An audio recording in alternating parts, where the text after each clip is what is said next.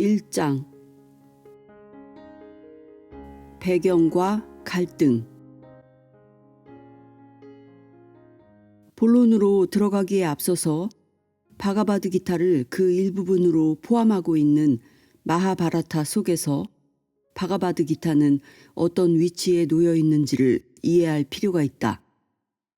마하바라타는 인도가 자랑하는 두 개의 대서사시 중에 하나이다. 다른 하나는 라마야나이다. 마하바라타는 매우 방대한 책으로 그 분량이 보통 6,000쪽에 육박한다. 이것은 세계에서 가장 긴 문학 작품으로 알려져 있다. 일리아드와 오디세이를 합친 것보다도 7배나 길고 하나뿐인 완역 영문판은 모두 12권에 달한다. 마하바라타는 기원전 500년에서 200년 사이에 쓰인 것으로 추정되고 있고 인도 고대사 중에 한 기간을 서술하고 있다. 전해지기로는 마하바라타의 배경을 이루는 쿠루쿠셰트라 전투가 기원전 3102년에 일어났다고 하지만 역사가들은 이 사건이 일어난 시기를 기원전 1400년경으로 추정한다. 한 차원에서 보면 마하바라타는 한 왕국의 역사에 관한 기술이지만 다른 차원에서 본다면 그건 인간의 모든 상호 관계와 그 동기와 거기에 얽히고 설킨 인간적 감정들에 관한 비범한 상징적 통찰이다. 이것은 드라마의 형식을 빌린 놀라운 심리서이며 매우 용의주도한 관점에서 쓰인 책이다. 이것은 그 낭만적이고 통속적인 줄거리를 즐기며 읽어 내려갈 수도 있겠지만 그 속에 더 깊은 상징적 의미를 발견해가며 읽어갈 수도 있음을 의미한다. 그러한 마하바라타의 중심 대목에서 왕국의 두 가문 간의 절정에 이른 싸움의 전야에 크리슈나와 아르주나가 대화를 주고받는데 그 내용을 바가바드 기타, 곧 신의 노래라고 부른다. 마하바라타는 북인도의 바라트 왕국에 관한 이야기다. 바라트 왕국의 왕에게는 드리타라 슈트라와 판두라는 두 아들이 있었다. 드리타라 슈트라는 부왕이 죽으면 왕위를 이어야 할 장남이었으나 날 때부터 맹인이었기 때문에 맹인을 왕위에 모시지 않는 그 시대의 관습에 따라 판두가 대신 왕이 되어 왕국을 다스렸다. 드리타라 슈트라가 맹인이었다는 사실이 이 이야기 속에서 무엇을 상징하는가 하는 것은 수백 년 동안 판디트, 즉 힌두 경전 주석가들이 논란을 일삼아왔던 주제이다. 어떤 이들은 그가 앞을 못 보는 건 아들 두료다나에 대한 애착을 상징하는 것으로 그것이 그로 하여금 다르마, 곧 진리 혹은 높은 지혜에 눈이 멀게 된 것이라고 말한다. 또 어떤 이들은 앞을 못 본다는 건 인간의 상태를 상징하는 것으로 인간이 높은 차원의 지혜를 지니지 못하여 눈이 어두워진 것을 가리킨다고 한다. 상징성은 깊고도 풍부하다. 왕인 동생 판두는 쿤티와 마드리라는 2명의 아내를 가졌고 그들로부터 5명의 아들을 낳았다. 이 중에서 유디 슈트라가 장남이었다. 이들이 좋은 편, 곧 판두의 아들 판다바들이다. 유디 슈트라는 다르마, 즉 진리의 화신과도 같은 인간이다. 다만 그에게 딱 한 가지 오점이 있었으니 그것은 노름을 즐겼다는 것이다. 그는 주사위 놀이를 무척 좋아했다. 그리고 앞으로 보게 되겠지만 그건 결국 쿠루쿠셰트라 전투에 이르는 곤경 속으로 독자를 끌고 간다. 판두의 둘째 아들인 비마는 강인하나 성격이 저돌적이고 무모하다. 셋째 아들인 아르주나는 순수하고 고상하며 의롭고 영웅적이다. 그가 바로 기타 속의 주인공이다. 그리고 마드리가 낳은 쌍둥이 동생 둘이 있다. 장남이자 맹인인 드리타라 슈트라는 한 명의 아내로부터 100명의 자식을 낳았다. 그렇다. 100명의 자녀. 하지만 마하바라타에서는 이런 괴상한 일도 허용해야 한다. 구약 성서에서도 이런 비슷한 일이 있다. 120살 먹은 노인네가 자녀를 낳는다는 등. 그러니 그냥 옛날은 지금과는 달랐다고 해두자. 드리타라 슈트라의 아내인 간다리는 남편에게 지극히 헌신적이었다. 그녀는 남편이 앞을 못 보는데 자기만 보는 건 옳은 일이 아니라며 평생 눈을 가리고 살았다. 이 얼마나 헌신적인 아내인가. 그런데 판두는 왕위에 오른 지 몇 해 지나지 않아 실수로 한 브라민, 즉 카스트 중 가장 높은 브라만 계급의 사람을 말한다. 한 브라민을 죽이게 된다. 브라민을 죽인다는 건 아무리 실수라고 해도 매우 불경한 일이어서 판두는 그걸 속죄하기 위해 타파시아를, 즉 고행을 행하려고 드리타라 슈트라에게 왕국을 맡겨놓고 숲으로 들어간다. 몇 해가 지나도록 숲에서 고행을 하던 판두는 결국 저주를 받아 죽고 만다. 그리하여 드리타라 슈트라는 계속해서 바라트 왕국을 다스리게 된다. 드리타라 슈트라의 장남인 두료다나는 판두의 장남인 유디 슈트라가 무럭무럭 자라고 있는 모습을 볼 때마다 질투심이 부글부글 끓어올랐다. 이런 상황에서는 왕위 계승의 법도가 약간 어지러워질 수 있다는 걸 독자들도 이미 눈치챘겠지만 아무튼 상황은 드리타라 슈트라가 죽으면 언제든지 판두의 장남인 유디 슈트라가 왕국을 물려받을 형국이었다. 하지만 두료다나는 왕국을 자신의 것으로 만들고 싶었다. 그는 자신의 뜻을 이루기 위해 책에 쓰인 온갖 치사한 계략을 다 동원했다. 마하바라타는 두료다나가 판다바 형제들을 제거하기 위해 쓴 모든 책략들을 묘사하는 데만 수백 쪽을 할애하고 있다. 그러던 중 마침내 두료다나는 성대한 잔치를 준비하고 판다바 형제들을 모두 초대했다. 두료다나는 형제들이 지낼 휘황찬란한 궁전을 지었는데 사실 그건 불에 매우 잘 타는 재료로만 지어졌다. 판다바 형제들이 모두 잠들었을 무렵에 그는 궁전에 불을 질렀다. 하지만 다행히도 판다바 형제와 그들의 어머니는 한 충성스러운 하인의 경고를 받고 지하 통로를 통해 밀림 속으로 피신할 수 있었다. 여기서 이야기에 재미를 더하기 위한 줄거리를 약간 덧붙이자면 그들이 밀림 속 동굴에 몸을 숨기고 살고 있을 때 어느 큰 왕국의 왕이 그의 아리따운 공주 드라우파디의 신랑감을 뽑는 잔치를 연다는 소문이 판다바 형제들의 귀에도 들려왔다. 왕자들은 물론 모두가 이 아름답고 부유한 공주와 결혼하고 싶었으므로 거기에 참석하려고 저마다 벼르고 있었다. 잔치에서는 신랑감을 뽑기 위한 몇 가지 도전 과제가 주어졌다. 마법의 활 시위를 당기기, 연못에 비친 물그림자를 보고 목표물을 활로 명중시키기 등의 묘기가 그것이었다. 왕자들이 모두 나서 보았지만 다 실패하고 말았다. 그런데 초라한 행색의 젊은 브라민 하나가 나오더니 그 모든 어려운 과제들을 하나씩 모두 해치웠다. 그것은 물론 변장한 아르주나였다. 그리하여 아르주나는 드라우파디를 얻었고 그와 그의 형제들은 그녀를 데리고 밀림 속의 동굴로 돌아왔다. 그들은 동굴로 다가가면서 어머니인 쿤티에게 소리쳤다. 어머니, 우리가 오늘은 무엇을 구해왔는지 한번 나와보세요. 쿤티는 내다보지도 않고 동굴 속에서 이렇게 소리쳤다.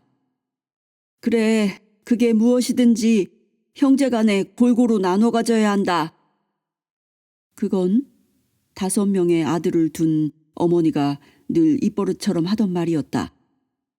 하지만 이 경우에는 5 아들이 모두 드라우파디의 남편이 되는 걸 의미했다. 드라우파디는 시어머니의 당부로 인해 5명의 남편을 두게 된 것이다.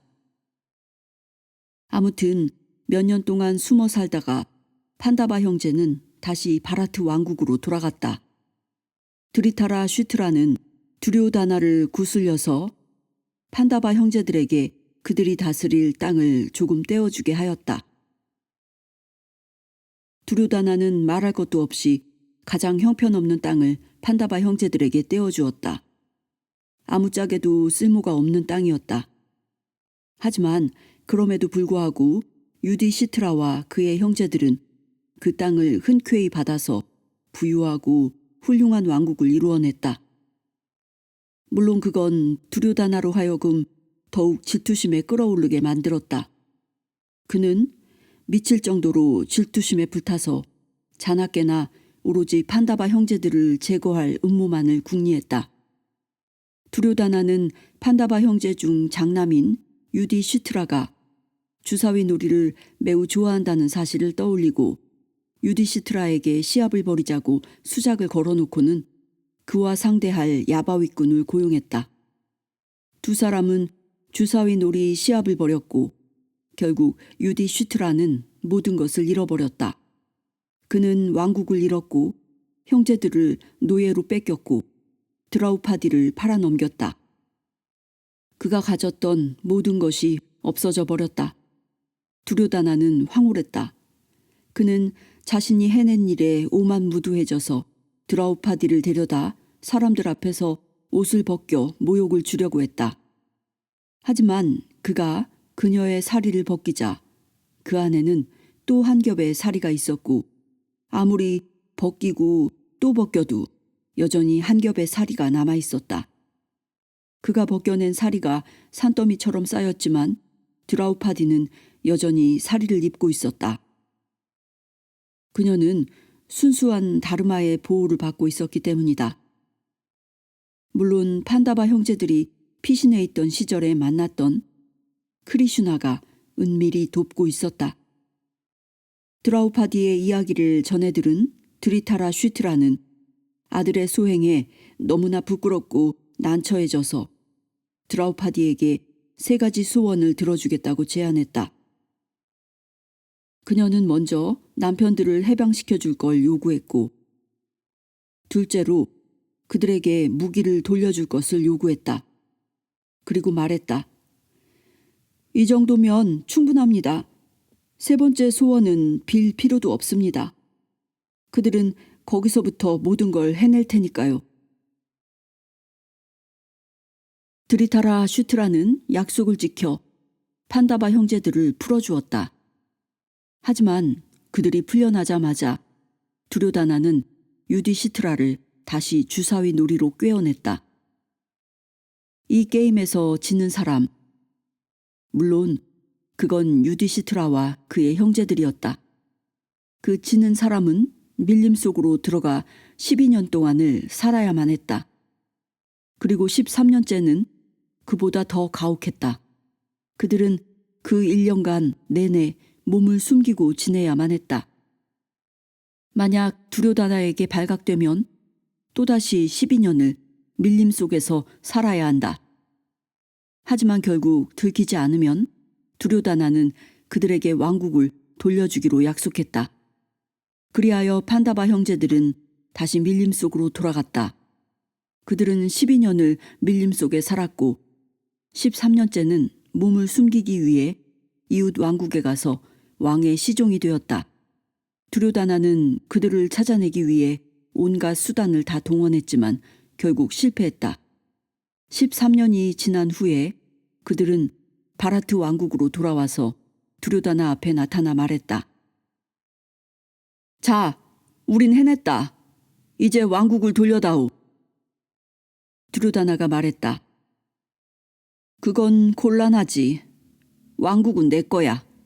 너희들에겐 바늘 하나 꽂을 땅도 내줄 수가 없어. 이것이 바야흐로 바가바드 기타 속에 사건들이 일어나려는 시점까지의 상황이다. 두료다나는 판다바 형제들을 막다른 골목까지 밀어붙여 결국 싸움에 나설 수밖에 없게 만들었다. 그들의 왕국에 불의가 판을 쳤다. 아르주나와 그의 형제들은 속임수와 거짓에 놀아났다. 진실은 발 아래에 짓밟혔다. 다르마가 자신의 모습을 드러내야만 했다. 좋은 편에서 뭔가 선언을 해야만 했다. 이제 의지할 수 있는 건 오로지 전쟁뿐이었다. 이야기의 이 대목에서 흥미로운 일이 일어난다. 아르주나와 두료다나가 화신의 몸으로 내려온 신인 크리슈나에게로 가서 서로 자기를 도와달라고 청한 것이다. 크리슈나는 솔로몬과 같은 지혜로서 이렇게 말한다. 좋다. 너희가 선택해라. 둘 중 한 사람은 나의 모든 무기와 군대를 가질 수 있다. 다른 한 사람은 나를 가질 순 있지만 대신 무기도 군대도 없다. 아르주나는 곧바로 대답한다. 그럼 저는 당신을 가지겠습니다. 군대에는 관심이 없습니다. 아르주나의 마음은 신께로 향해 있었고 그래서 그는 말했다. 제가 원하는 건 오로지 신께서 제 편에 서주시는 것입니다. 두료다나는 그 말에 매우 기뻤다. 속물이고 무지한 두료다나는 이렇게 말했다. 아주 잘 됐군. 썩 마음에 들어. 내가 모든 군대와 힘을 차지하리라. 그리하여 나쁜 편은 엄청난 군대를 차지하고 좋은 편은 그에 비하면 보잘것없는 힘을 차지했다. 게다가 신이라고는 해도 크리슈나는 단지 아르주나의 전차 몰입군에 지나지 않았다. 크리슈나는 활 한 자루조차 지니고 있지 않았다. 여기서 크리슈나에 관한 이야기를 좀 더 들어보자. 그가 어떻게 이 싸움판에 등장하게 되었는지를 말이다. 크리슈나는 바수데부와 데바키 사이에서 난 아들이었다. 데바키에게는 캄사라는 이름의 매우 마음씨 고약한 오빠가 있었다. 캄사는 왕국을 차지하려고 친아버지를 감옥에 넣을 정도로 못된 아들이었다. 마음씨가 고약하긴 해도 캄사는 가슴 한편에 여동생 데바키를 보살피는 보드라운 부분이 있었던가 보다. 그래서인지 데바키가 바수데바와 결혼할 때 그는 큰 잔치를 베풀고 잔치가 끝나자 손수 마차를 몰아 그들을 집까지 데려다 주겠다고 나섰다. 그런데 가는 길에 갑자기 하늘에서 큰 목소리가 울리면서 캄사에게 이렇게 말했다. 조심해라. 이 부부의 8번째 아들이 너를 죽일 것이다. 캄사는 이 말에 완전히 정신이 나가버렸다. 그는 그 자리에서 데바키와 바스데부를 죽이려고 했다. 하지만 그들이 목숨만은 살려달라고 애원하자 결국 마음이 누그러져서 말했다. 좋다. 죽이지는 않겠다. 하지만 지금부터 남은 생을 감옥에서 지내고 아이를 낳자마자 모두 내게 주겠다고 약속해야만 한다. 어쩔 수 있겠는가? 그들은 마지못해 약속했다. 그리하여 데바키와 바수데부는 감옥에 갇혔다. 그리고 7명의 아이들을 낳자마자 빼앗겼다. 처음 6명의 아이는 캄사에게 죽었다. 7번째 아이에 이르러서는 사연이 좀 복잡해지지만 여기서는 언급하지 않겠다. 8번째 아이가 태어날 즈음에 캄사는 지쳐 있었다. 그는 간수를 보강하고 바수데부와 데바키를 족쇄로 묶어놓았다. 그런데 해산이 다가오자 간수들은 갑자기 졸음에 빠져 모두 골아떨어져 버렸다. 그때 아기가 태어났다. 아기는 물론 그건 크리슈나이다. 아기는 엄마의 배에서 나와 이렇게 말했다. 나를 고쿨에 있는 난단의 집으로 데려가세요.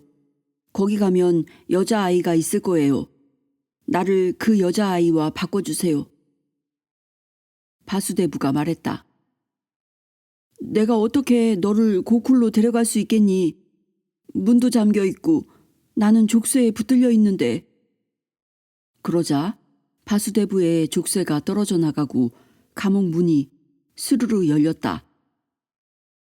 바수대부는 그것이야말로 분명한 계시라고 생각하고 아기 크리슈나를 안고 고쿨로 가서 여자아이와 바꿔놓았다. 간수가 잠에서 깨어나서 아기를 발견하고는 감사에게 알렸다.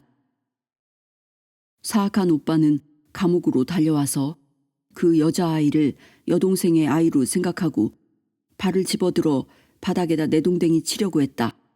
하지만 그가 아기의 발을 잡는 순간 아기는 손에서 빠져나가 하늘로 날아올랐다. 아기는 이렇게 말했다.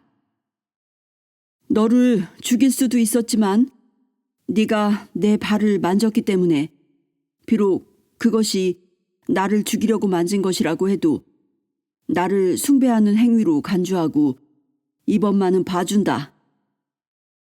그러고 아기는 하늘로 올라가 버렸다. 그리하여 아기 고빈다. 즉 이것은 크리슈나의 어릴 적 이름이다. 아기 고빈다는 고쿨의 어떤 집에 남았다. 그는 난다의 아내이자 평범한 시골 안악인 야소다의 손에 길러졌다. 고빈다가 자라는 동안에 온갖 기적적인 일들이 그를 둘러싸고 일어났다. 하지만 사람들은 모두 그것을 대수롭지 않은 착각으로 여겼다. 하기는 바로 자기들의 마을에 신의 화신이 내려와 계신다는 걸 누군들 믿을 수 있었겠는가?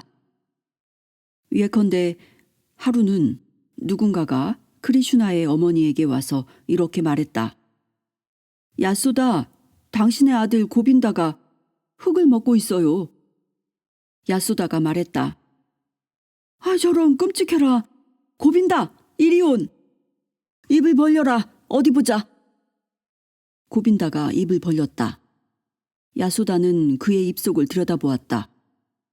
아이의 입 속에서 그녀는 온 우주를 보았다. 모든 은하계와 별들과 혹성들, 그리고 작은 지구도 있었다. 그 지구 위에는 그녀와 고빈다가 있었다.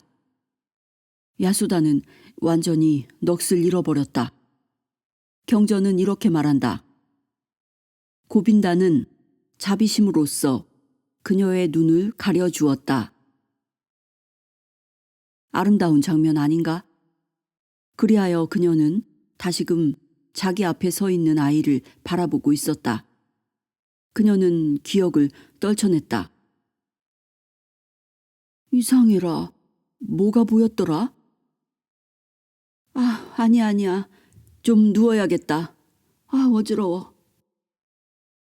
그리고 그 다음에 어떻게 되는지는 당신도 잘 알 것이다.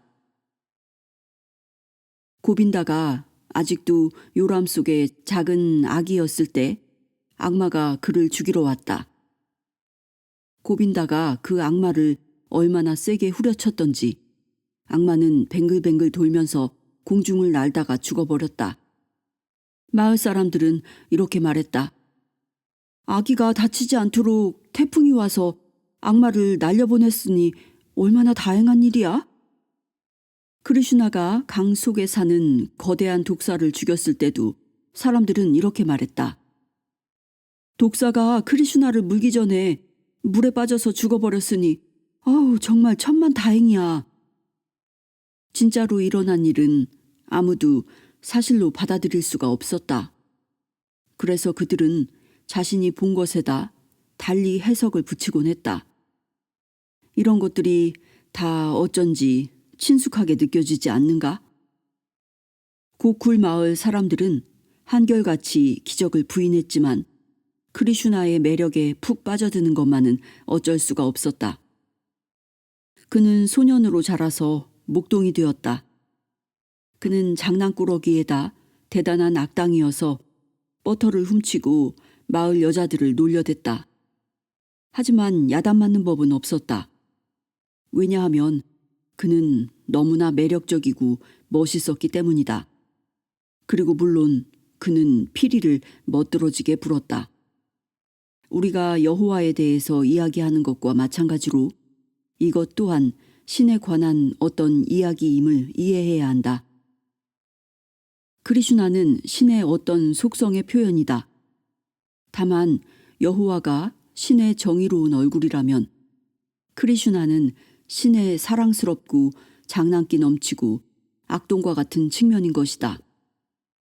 그와 함께만 있으면 너무나 즐거웠으므로 사람들은 누구나 그와 놀고 싶어 했다. 다른 목동들도 그와 놀기만을 즐겼고 모든 고피, 즉 젖자는 처녀들도 그에게 푹 빠져서 가는 데마다 졸졸 따라다녔다. 아마도 크리슈나야말로 우리가 아는 한 가장 명랑유쾌한 화신일 것이다. 그는 언제나 웃고 장난치고 쉴 새 없이 뛰놀며 열정을 발산했다. 그는 따스하게 빛나는 생명 그 자체와도 같았다. 이 어이 놀라운 신의 이미지가 아닌가.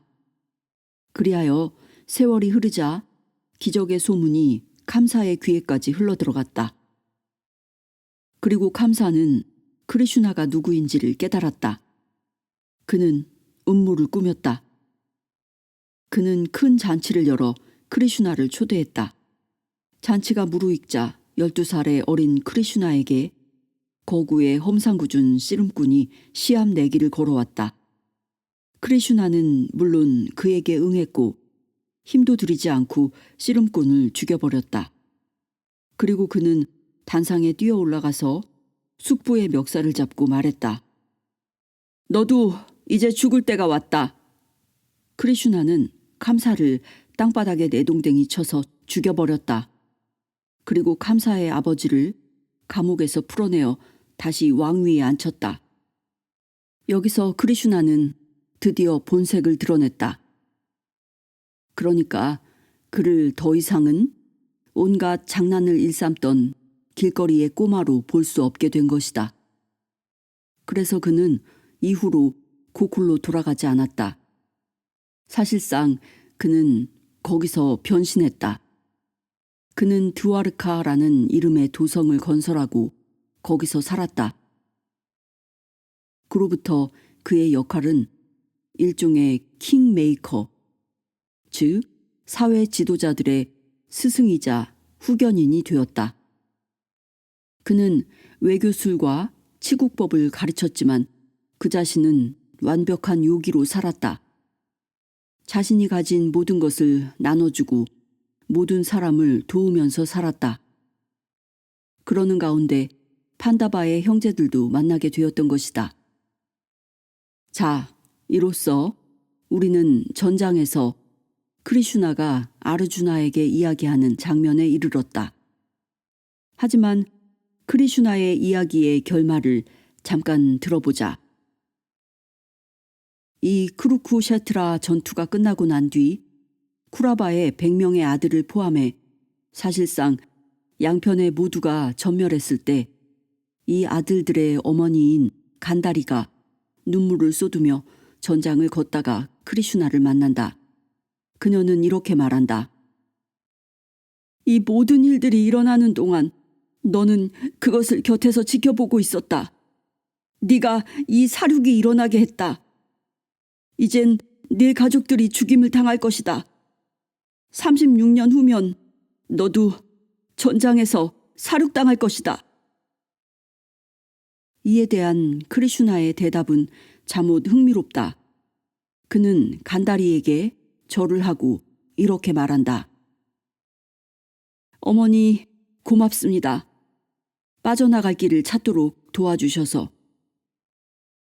달리 말해서 크리슈나는 간다리의 저주를 자신이 화신의 삶을 마칠 수 있도록 도와줄 수단으로 보고 그것을 오히려 축복으로 받아들이는 것이다. 기타는 이런 식으로 우리를 비약하게 만든다. 아이고, 저런 끔찍하군. 아냐, 멋져.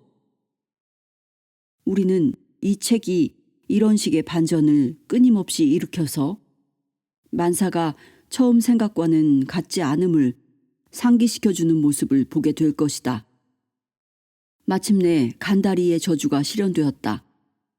크리슈나가 전장에서 휴식을 취하려고 눕는 순간 그를 사슴으로 오인한 사냥꾼이 그를 죽이게 된다. 하지만 다른 차원에서 그건 크리슈나가 몸을 떠나게끔 해주기 위해 필요했던 하나의 방편에 지나지 않는다. 그래서 크리슈나는 죽으면서 사냥꾼에게 감사하고 그를 축복해준다. 사냥꾼은 그 즉시 천국으로 갔다.